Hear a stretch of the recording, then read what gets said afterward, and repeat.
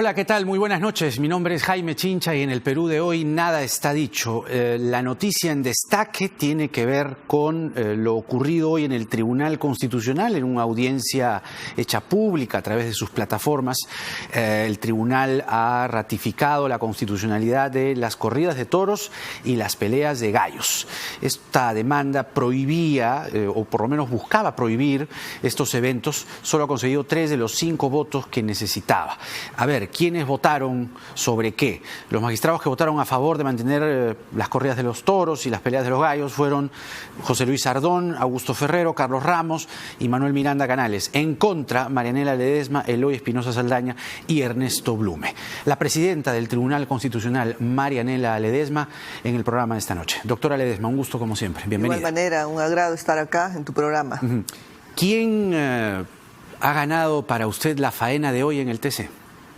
Bueno, ha ganado los aficionados a las corridas de toros, pelea de gallos, pelea de toros, en esa línea. ¿Y quiénes están detrás de ellos?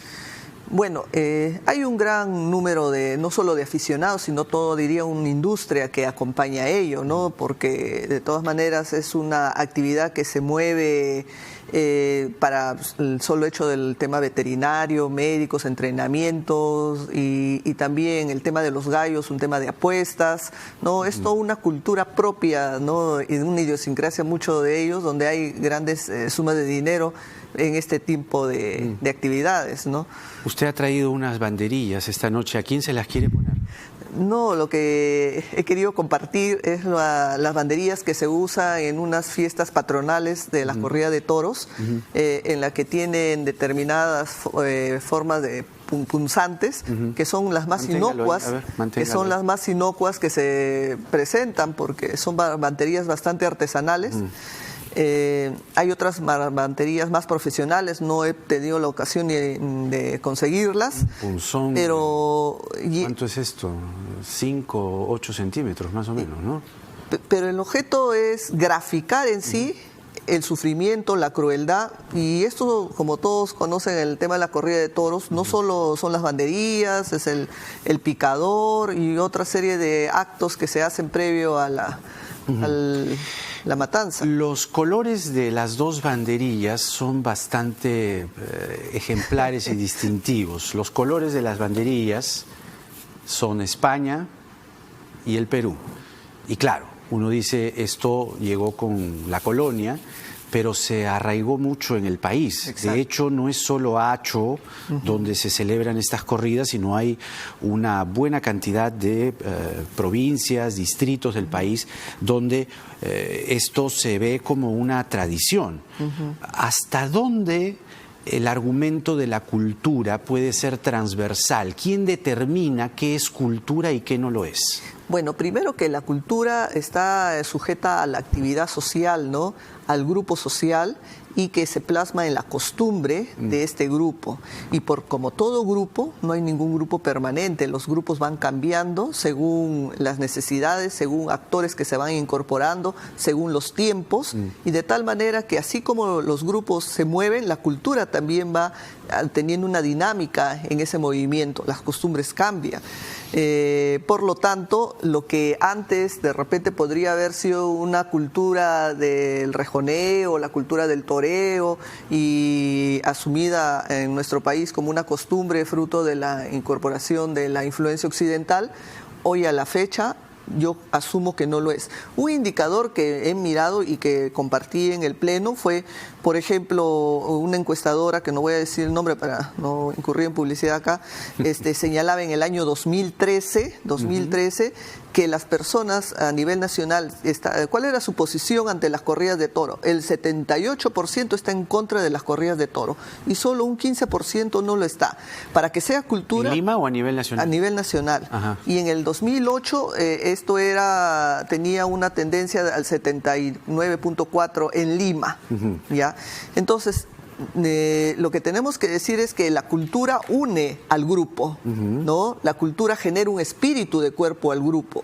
Pero si estamos ante una creciente, a un grupo casi de un 80% que dice no a la corrida de toros, no podríamos decir que ese acto sea emblemático, significativo, que sea reconocido por ese grupo y que moralmente identifique a este grupo que sigue estas pautas.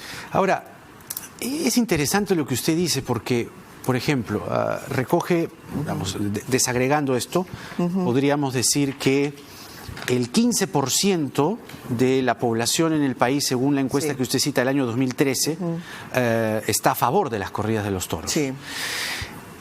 A ver, números. La población LGTBI en el país es 13%. ¿Qué es atendible y qué no? ¿Me dejo entender? Sí.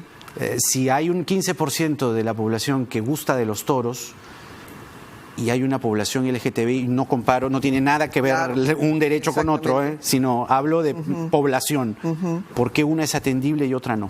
No, lo que sucede es que este grupo minoritario, para justificar el argumento de cultura, es que tiene que tener una base significativa, numéricamente, socialmente, que justifique que ese grupo es representativo de una cultura, de una nación. La gente que gusta de los toros sostiene que esa afición, como la llaman, los entretiene y es parte de su cultura. Claro, porque ¿hasta qué punto es arrebatable ciertas cosas de esa cultura que ellos reclaman como suya? Lo que pasa es que las sociedades evolucionan, desarrollan y también los conceptos y los parámetros en relación, por ejemplo, a su entorno también va cambiando. Lo que antes se veía, de repente, en relación al toro o a cualquier animal como una cosa, ¿no? Que era incapaz de sentir, eran seres no sintientes. Hoy ya tenemos otra mirada distinta. Reconocemos que sí son seres sintientes y que por lo menos nuestra relación en relación a ellos también debe cambiar, no de agresión, de maltratos, sino más bien de tener un deber de cuidado y de convivir de manera armoniosa con ellos. Esa es la nueva mirada, la nueva tendencia de una cultura que no le gusta la crueldad ni la agresión. Pero los taurinos sostienen que hay barbarie al matar a una res para el consumo humano, para que termine en forma de lomo fino. ¿Cuál sería la diferencia para usted entre una corrida de toros y un matadero? Ya, matar a un animal en condiciones de repente no correctas, antihigiénicas y que genere un sufrimiento aún en los camales también es reprochable. Que lo hay, ¿eh? También es reprochable. Que lo hay, y no por solo supuesto reses. Que sí. Cerdos, ¿no? Claro, pollos. Y también habrá que levantar la voz de protesta porque también hay un tema de maltrato a los animales. Eso podría reclamar un taurino. Un taurino podría decir a la señora Ledesma, como no le gustan los toros, va contra los taurinos, pero no se preocupa de los camales. No es que a mí no me gusten los toros. A mí no me gusta la crueldad, la violencia, el maltrato a los animales en general. En este caso, la ley exceptúa a los toros y a los gallos. La pelea de los en este gallos. caso fueron estos dos animales, pero mi regla general para todos los animales es la no violencia, porque quiero vivir en un clima de armonía con mi medio ambiente, ¿no? Bueno, es una mirada personal que tengo. ¿Usted es vegetariana? ¿Usted es vegana? Evito comer carnes, prefiero comer, pero no soy una vegetariana pura, total. Come animal, come carne. La verdad que los que me conocen no me gusta la carne res. Ya. ¿No? Y si quiero decir algo, me gusta el pescado. Es lo que máximo que puedo comer. Ahora, hay muchas formas de barbarie, ¿no? Que las rondas agarren a latigazos a un funcionario corrupto también puede ser una barbarie. Que vecinos fuera de sí lleven a un poste a un delincuente que quiso robarles también. Que una población de Ilave ejecute a un alcalde también lo es. ¿La barbarie, cree usted, puede ser subjetiva? No, la barbarie tiene que manifestarse de manera objetiva y la barbarie precisamente está proscrita. El derecho ha sublimizado todos estos actos que se generaban de una manera primitiva, ¿no? Y lo que ha proscrito el derecho precisamente es el uso de la violencia, ¿no? Como parte de ir mejorando como cultura y como organización social. Ahora, pero usted señala que después de lo ocurrido hoy en el TC nada va a cambiar. Exacto. O sea, todo se mantiene igual. Ahora, ¿el Congreso tendría algo que decir? ¿Usted ha deslizado eso ahora? Por supuesto. Lo que hemos hecho con nuestro trabajo como jueces constitucionales es analizar un reclamo que planteó un grupo de ciudadanos para decir que la ley que protegía y que generaba un bienestar animal, había una excepción que esa protección no se extendía ni a los toros ni a los gallos, ¿no? Ya. Entonces la acción de inconstitucionalidad fue a cuestionar por qué los toros ni los gallos están exceptuados de esta tutela de protección. Con ellos no había protección. Ya. Entonces la discusión se ha orientado en relación a ello. El espíritu de la ley es justamente proteger a los animales. Exactamente, la ley dice el objetivo es impedir el maltrato, la crueldad causados directa o indirectamente por el ser humano, ¿no? Inclusive la propia ley decía, está prohibida la pelea de animales, tanto domésticos como silvestres, en lugares públicos o privados. Sin embargo, hay pelea de toros, hay pelea de gallos, a pesar que está esta ley. ¿Por qué hay? Porque la propia ley dice, sí, todo está simpático, pero menos esto no se aplica ni para los toros ni para los gallos. Esto es lo que se ha discutido en el tribunal, si es inconstitucional o no. Ajá. Ahora, tratando de mirar las cosas con cierta objetividad, porque la objetividad pura es un paradigma, no necesariamente uno puede ser puramente objetivo, pero tratando de alcanzar cierta objetividad, cuando la ley de protección animal se preocupa del maltrato y la crueldad ejercida por el ser humano, directa o indirectamente, yo vuelvo a pensar en el matadero. También. Claro. Es decir, la preocupación debería estar tan por igual si pensamos en los animales, porque si no parece que estamos pensando solo en los toros. Si pensamos en los animales y decimos, oye, maltrato, oye, crueldad, vayan a los camales, vayan al matadero y vean cómo es que se ejecuta un animal. Pero por supuesto, y suscribo totalmente. Lo que pasa es que lo que ha sido tema de discusión ahora en el tribunal es esta regla. La corrida de toros, la pelea de toros y la pelea de gallos. La pelea de gallos, ¿no? Esos tres temas puntuales, pero eso no exime que cuestionemos otros actos de maltrato que veamos en los animales. Ahora, la Constitución Política en su artículo 68 establece que es obligación del Estado promover la conservación de la diversidad biológica y de las áreas naturales.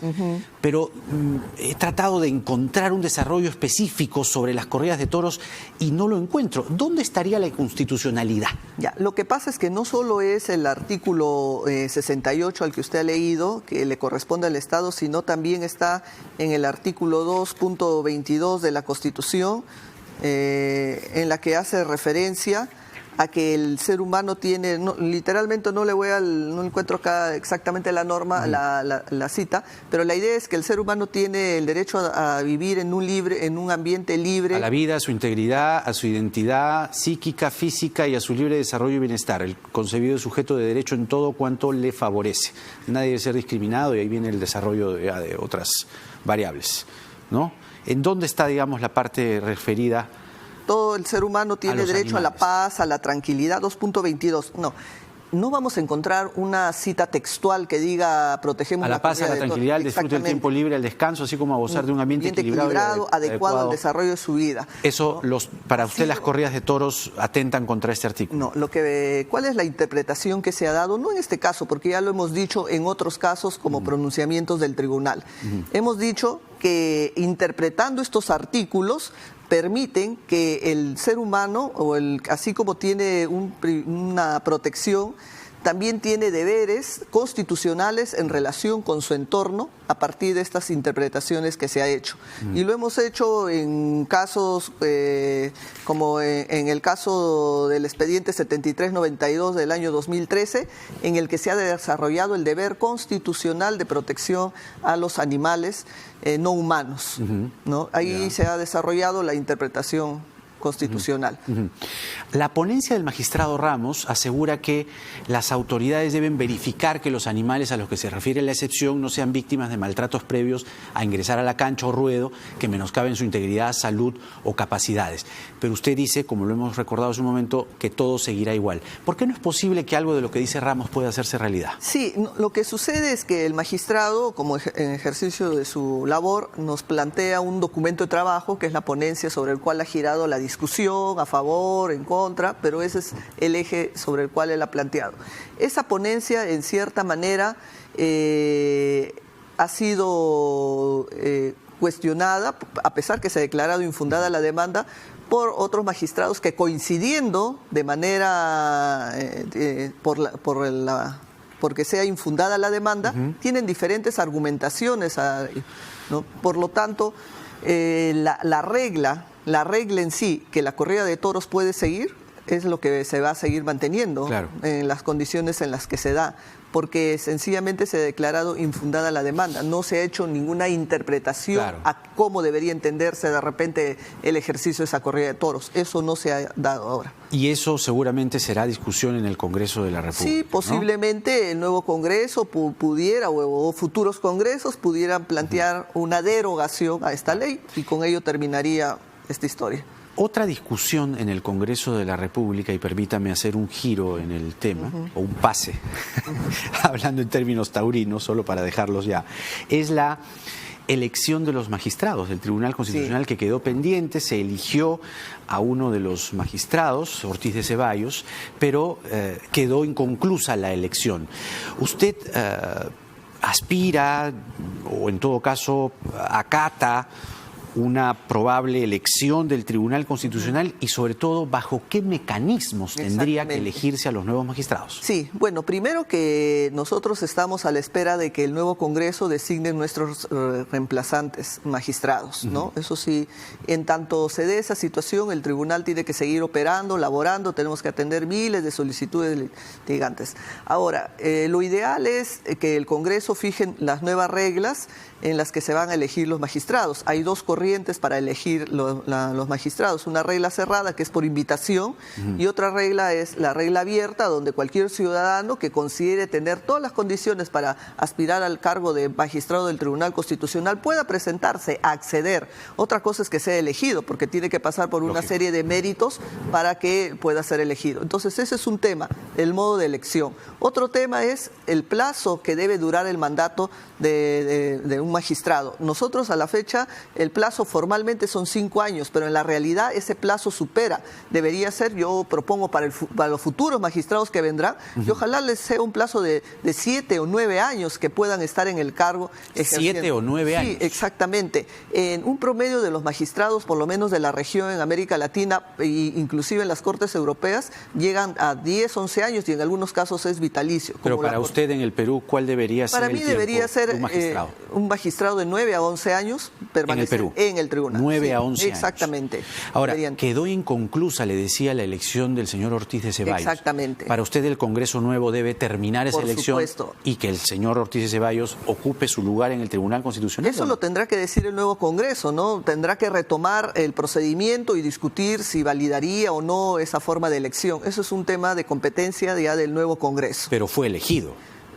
Todos hemos visto que fue elegido, pero hay un cuestionamiento al procedimiento que se siguió y a la votación, que ya lo dilucidará en su momento el nuevo Congreso. ¿Cuál debe ser para usted el mecanismo de elección? ¿El que se usó en el Congreso del señor Olaechea, o el proyecto, o bajo el proyecto que presentó el 30 de septiembre el Poder Ejecutivo? Mire, yo he sido elegido por un mecanismo cerrado de elección, por invitación. Sí. Pero yo entiendo que este mecanismo, el que fui elegida, y también el resto de magistrados, se dio por la coyuntura que surgió luego de la repartija, que no sé si todos recordamos, en la forma de elección de magistrados, y ante la urgencia de cambiar magistrados, se dio este tema de la invitación.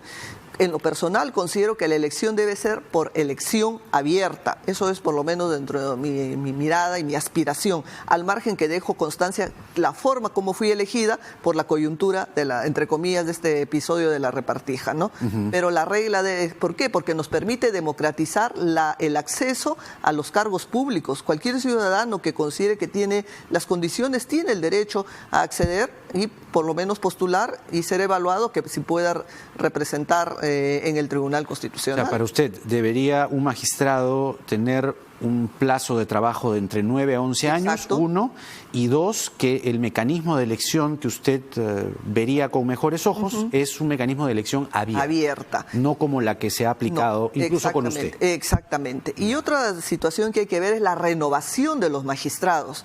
No puede renovarse un pleno casi en su totalidad, como va a suceder ahora. De 7 magistrados nos vamos a ir 6. Debería haber una renovación por tercios, y también definir cómo va a ser ese retiro de magistrados, si fuera por tercios, los más antiguos, los menos antiguos, que también es un tema por dilucidar, porque sobre eso no hay nada escrito, por lo menos en la ley orgánica o en los reglamentos del tribunal. Pero de acuerdo al procedimiento que se ha venido llevando a cabo, y votación cerrada, incluso bajo el mecanismo en el que usted fue elegida, ¿cuál debería ser el magistrado? ¿Quién debería ser el magistrado que deje su lugar al nuevo y así sucesivamente? Yo tomo como referencia la práctica en el Poder Judicial, en la justicia ordinaria. El primer magistrado que entró es el primero que se va. El primero que juramente el cargo es el primero que se retira. ¿Quién fue el primero? En nuestro grupo ¿Miranda? Fue el magistrado Miranda, y él tendría, según mi criterio, él debería aplicando ser la ley, aplicando los criterios del... Él debería ser el primero en salir. Bueno, si me ponen este grupo de ejemplo, diría sí, porque el primero que entró sería el primero en salir. Ya, y luego, ¿quién fue el que entró? Luego sigue el doctor magistrado Blume. O sea, Miranda, Blume, ¿quién más? Ramos, creo. Ramos. Y luego sigue Sardón. Sardón. Luego sigue Ledesma, y luego sigue Eloy, y en ese orden. A ver, pero es importante lo que usted está diciendo. Miranda, Blume. Ramos. Ya. Sardón. Ledesma. Espinosa Saldaña. Y Espinosa Saldaña. Creo que ese es el orden de los 6 que hemos entrado. Así sería la... Porque así ¿El señor Ferrero? El doctor Ferrero ingresó... Al último, ¿no? Sí, él no ha ingresado con nosotros. Él quedaría. Sí. Ya, interesante. Ahora, de las cosas pendientes, doctora Ledesma, estaba revisando, existe una acción de amparo referida o que tiene que ver con Ocinerjmin, y a su vez con Ocinerjmin todos nos ocupamos y ponemos la atención en Vía El Salvador. Está pendiente, corríjame usted, pronunciarse el TC sobre la suspensión del reglamento que, a decir de muchos, pudo haber evitado la tragedia, porque de haberse declarado fundada la acción de amparo, o si se hubiera aceptado este recurso que se interpuso en el Callao, la suspensión del reglamento del registro de hidrocarburos de Ocinerjmin hubiera servido para que se dé en todo el país. Hay varios especialistas que coinciden en esto. ¿Ese tema lo tienen ustedes Me gustaría saber qué número de expediente es, porque a la memoria no recuerdo. Pero ¿tiene usted ahí pendiente algún...? Tenemos varios casos, sí. ¿Y relacionado precisamente al reglamento? No recuerdo, Ya. No recuerdo. Pero quizás sea interesante verlo. Sí, sería interesante, y si me pudiera proporcionar el número de expediente, con mayor razón para... Le aseguro que en la pausa, porque si en este momento me pongo a buscar, nos vamos a quedar estacionados, pero lo voy a buscar y se lo voy a hacer llegar. De ver ese tema. Sí, ahora, hay otros temas también que me gustaría, dada la investidura que usted tiene y como, digamos, guardiana de la Constitución, me gustaría saber su opinión. El retiro de seguridad para los congresistas o para los ministros, tal como fue anunciado en principio por el señor ministro Morán, ¿atentaba o iba en contra del artículo 98 de la Constitución? Referido a que el presidente de la República está obligado a poner a disposición del Congreso los efectivos de las Fuerzas Armadas y de la Policía Nacional que demande el presidente del Congreso.